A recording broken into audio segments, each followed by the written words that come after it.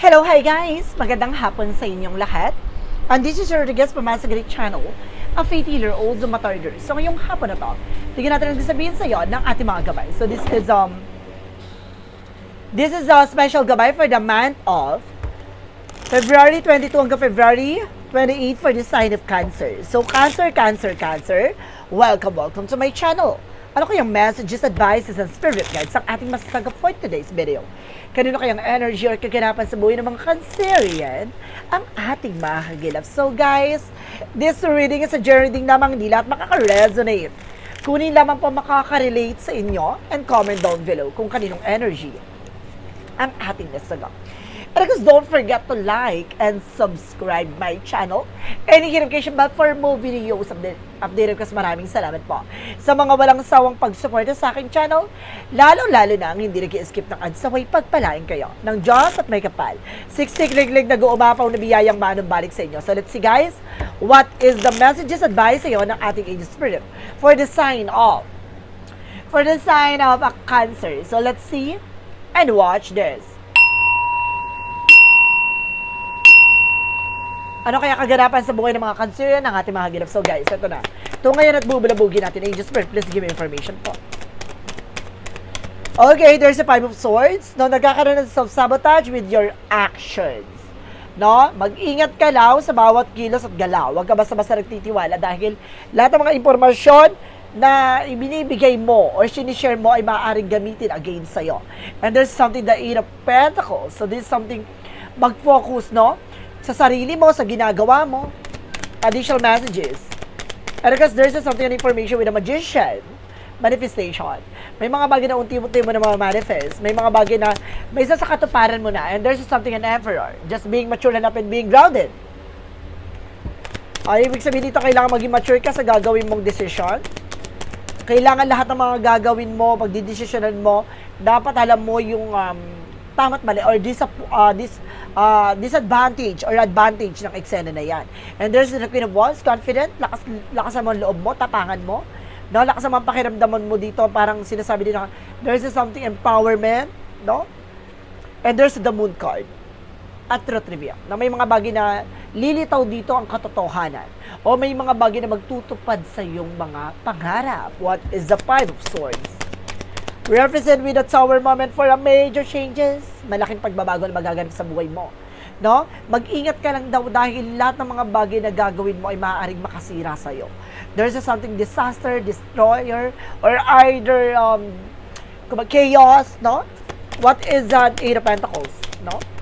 And there's something, the judgment, a wake-up call, no? Parang this is something, pay attention, or either a red flag, no? Binibigyan ka ng babala at paalala. No, na mag-focus ka sa ginagawa mo. What is the Magician? Represent what? The Magician represent with the Hermit card, spiritual. No, there's something spiritual, awakening or spiritual journey. What is the Emperor? The Emperor represent with the Six of Pentacles. There's something giving, receiving something by the universe. Magtutuloy-tuloy na rin about sa finances. Maging mature ka daw guys, no? Paano mo i-manage and co-controlling yung finances mo. No?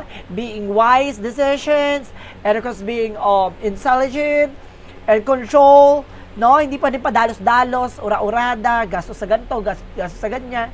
And there's the Queen of Wands, so reference with the Knight of Wands, no? There's something na magtiyaga ka daw. There's a near to success, no? Magtatagumpay ka, lakasan mo lang loob mo, no? Dahil napakalapit mo na para may isa katuparan kung ano ba talaga yung minimithi mo. There's the Moon card, represent what? Represent with the Page of Swords. So there's something being curiosity.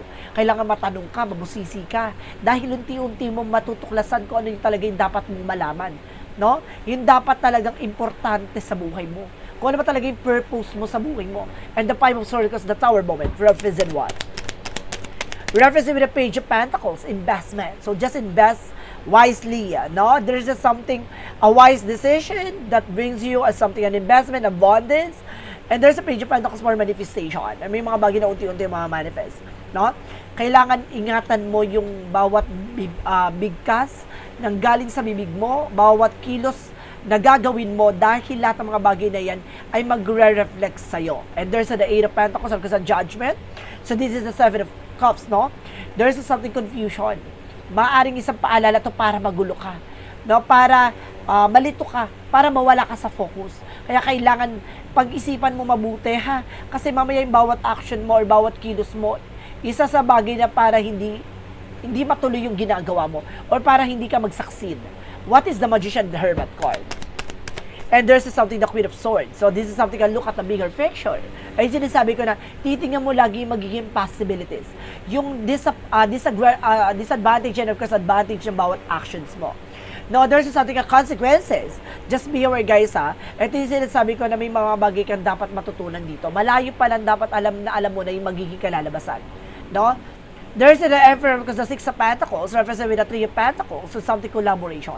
Ibig sabihin dito, communicate clearly.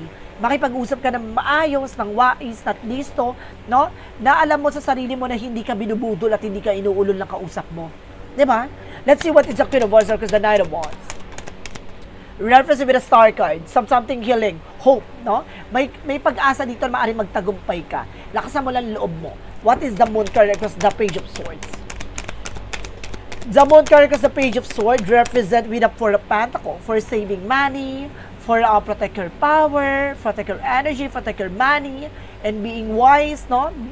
Being kuripot, no? Ganon. Kailangan alamin mo kung gusto mo matupad yung mga pangarap mo ngayon pa lang magigpit ka ng sinturon. Ganon. What is the additional outcome? Ang pinaka-outcome dito is the Knight of Swords. There's a success driven. Na magsasuccess ka. And there's the High Priestess. With unexpected moment. Ganon. No, may mga bagay dito na hindi mo akalain magaganap or mangyayari. No? Hindi mo hawak at hindi mo kontrol ang sitwasyon. Kaya wag mong aagad-agarin. Wag kang magmamadali. Wag kang magiging padalos-dalos. Dahil sa bawat action mo, maaaring magkamali ka, magre-reflect yan sa'yo. What is additional messages? For finances and career. So there's a Chariot card. So there's something, a movement. No? There's a movement and changes and the two of them with a partnership. Now, even your partnership, no? Partnership pagdating sa finances, negosyo, trabaho, hanap buhay, ayusin mo daw yung pakikipag-ugnayan. And there's a Devil card. Maraming tuso, maraming tukso, maraming taong kumaga greedy, no? Mag-ingat ka. What is the additional messages for love life? So there's the Five of Pentacles for reverse. So this is something, a recovery for financial loss. And there's a something in emotional healing. Na maaring, kumbaga makaka-recover na kayo sa lahat ng mga pinagdaanan nyo. No? Ng person mo pagdating sa finances. And the Queen of Cups and of course, emotional healing. No? Parang makakalaya ka na for parang disappointment. No? Yung mapanghusgang tao. No? Parang nakalaya ka. And there's a Knight of Swords, no? There's a lot of negativities around you. May mga taong hindi katanggap o hindi ka gusto. No? Hindi mo kailangan please yung sarili mo sa kanila. No? And there's something, the King of Pentacles, being practicality. Basta maging practical ka sa iyong relasyon, sa inyong pagsasama. No? Let's see what is additional messages pagdating sa health. Sa health mo, there's a Seven of Pentacles with a harvest moment. No? Kung mag-harvest ka dito, lahat ng mga bagay na pinaghirapan mo. And there's a Nine of Pentacles with financial windfall. Ibig sabihin, magiging maganda na ang kalusugan nyo. No? Kung naman yung mga bagay na pinaghirapan nyo, there's a fruit of labor, na maaaring matamo mo yan. No? Let's see. Ibig sabihin, magiging magandang kalusugan mo. There's something consequences. Ibig sabihin, kung matuto kang proteksyonan yung sarili mo, magiging magandang kalusugan mo. Kung naging bara-bara ka, naging abuso ka sa sarili mo, ano i-expect mo? Diba? So, let's see what is the Yin and Yang Oracle card. Represent what? There's a spy looking, watching at you. I told you so. Na maraming taong sumusubaybay sa'yo. Kumbaga, naghihintay ito ng pagbagsak mo, kaya mag-iingat ka. And there's something reunite. Mag-ingat ka with something reunite, no? There's something reunion with your family, with your friends. Now, there's a past and luck. Now, there's an evil eye ako nakita dito. No, meron dito kumbaga hinahanap talaga yung energy mo para alamin kung okay ka pa ba, kung nagsasucceed ka pa ba. What is Archangel, what is synchronicities muna? For synchronicities, represent what? For synchronicities, represent with a dreamer. Oh. So, ibig sabihin, lahat ng mga pangarap mo dito matutupad na. And there's something river flow. Dadaloy na raw ang eksena. Let's see what is the magical fairy messages. Represent what? Magical fairy messages represent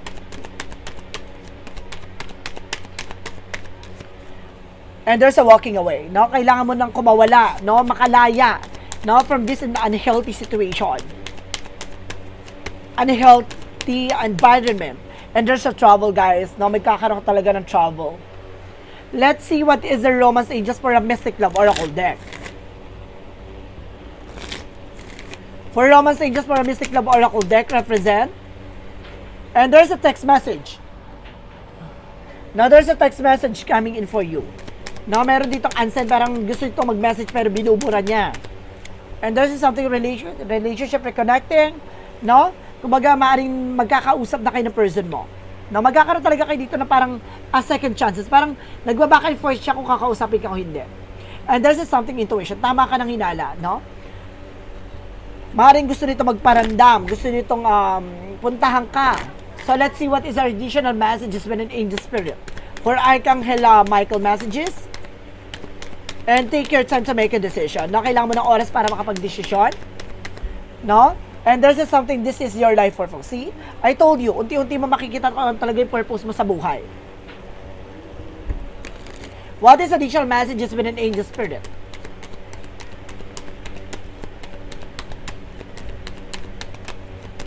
And there's something change, no? Unti-unti na raw magbabago, lahat ng kaganapan sa buhay mo. And of course, there's something, a right passage, no? Makakapasa ka na raw sa lahat ng mga bagay na pinagdaanan mo. Ibig sabihin, masusolusyonan mo na. There's something, an ending, and over, no? And there's something in trouble. Alam mo guys, ha? Triple clarification na may trouble ka talaga, ha? What is the angel's answer? Represent what? For the angel's answer, represent what? Opportunities. Oh my God! There's a lot of opportunities coming in for you guys. There's a recovery. Makaka-recover ka na daw. Kita mo yan kung paano ka magiging matagumpay. And there's something success. Diba? Masabog. Recovery, opportunities, and become successful for that. Diba? Ganon. So let's see. No, yung mga taong hinusgahan ka, yung mga taong minaliit ka dahil ganito ka, diba? Bilog ang mundo. Hindi lahat ng bagay at hindi lahat ng sitwasyon nandun ka sa ibaba, 'di ba? May mga pagkakataon na iaangat ka. Depende yan kung paano mo patatakbuhin ang sarili mong buhay. And there's a loneliness, 'di ba? Hindi ka nag-iisa, ginagabayan ka ng ating angel spirit. And there's an acceptance. May mga bagay na kailangan mo tanggapin. Ito yung sinasabi ko, don't please anyone to accept who you are. And there's an imagination na mas palawakin mong sarili mo, no? Makapag-create ng mga panibagong ideas na magdadala sa iyo ng mga opportunities. Ganon. No? Talo na madiskarte ang matalino. Diba? What is additional messages with an angel spirit? And there's something, ask your body for massage. Diba? Kailangan mo ng massage dito, guys. Masyado ka na maraming lamig sa katawan. What is additional messages with an angel spirit? And there's a portal. Some of you guys know, doors are opening, no? Nagbubukas ang pintuan for you, no? Na may mga opportunities ng darating sa'yo. There's a wild card. Ibig sabihin, there's something a second chances na maaaring maging matagumpay ka. Kaya kung malma ka, kumapit ka. And the karmic relationship nagre-represent with a complication. No, pagdating sa relasyon talaga, there's something conflict. Maraming tutol, maraming itsuserang kamag-anak or maraming kaibigan na humahad lang. But guys, continue what you're doing, no? Alam mo sa sarili mo kung sino ka. Hindi mo kailangang patunayan sarili mo sa kanila. Diba? I told you there is a lot of gossip, chismas, marites. This is a gossip is here. Diba? And there's an expansion na mas palawakin mo ang iyong kaalaman. And there's a guilt na mamatay sila sa inggit. Ganon. What is the Monsology represent what? For Monsology represent with a prosperity lies ahead. Talaga naka-line up talaga maging matagumpay ka dito. Na maging masagana ka. And there's something, look at the bigger picture. Ito yung sinasabi ko on the first place, guys, na kailangan nyo laging titingnan yung sarili mo, no? 5 years, 10 years from now, kung asan ka na sa situation mo. Saan yung development, at transition, at transformation, and of course, changes na mangyayari sa buhay mo. Hindi mo kailangan mag-stick sa situation, diba? Kung isipin mo yung mga pagbabago na magaganap. Let's see what is additional messages. Hayaan mo silang mga chismosa dyan na, di ba, pag chismisan nila yung buhay mo, at least ikaw, gumagawa ka ng paraan para maging matagumpay ka. And there's a something body works, kailangan mo lang talaga ng exercise, no? And of course, the massage, and there's a crystals, no? Makakatulong ang mga gemstone, and of course, crystal stones for your health, no? Of course, especially with the amethyst, no? Tiger eyes to boost your confidence, no? An evil eye to block the inggiterang insecurada. What is the energy represent what? And there's an adjustment possibilities, no? Maraming pinto ang magsasara, maraming pinto ang magbubukas sa opportunity sa'yo. And there's an indecision that you need to make, no? Kailangan mo magdesisyon, and there's a something healer of the ages, no? At gano'n man katagal, gano'n man sugat ang mga pinagdaanan, hihilom at hihilom yan, no? Sabi ng ating Panginoon. For Romance angels, represent what? For Romance angels represent? Okay, one more card please. One more card please. Okay. So there's a something attractions, no? You are being attracted to anyone. Talagang gustuhin ka. And there's a something finances and career, no? Malaking factor dito na nakafocus ka for finances and career. For Jesus loving quote said, let's see what is additional messages. And because this is something, blessed are the peacemaker, for they shall be called the children of God. So see, binibless daw yung mga taong mas pinili yung kapayapaan kaysa patulan yung mga taong wala namang katuturan. Diba? Kumbaga, hindi mo kailangan mag-ubos ng energy or i-drain yung sarili mo sa mga tao na yan.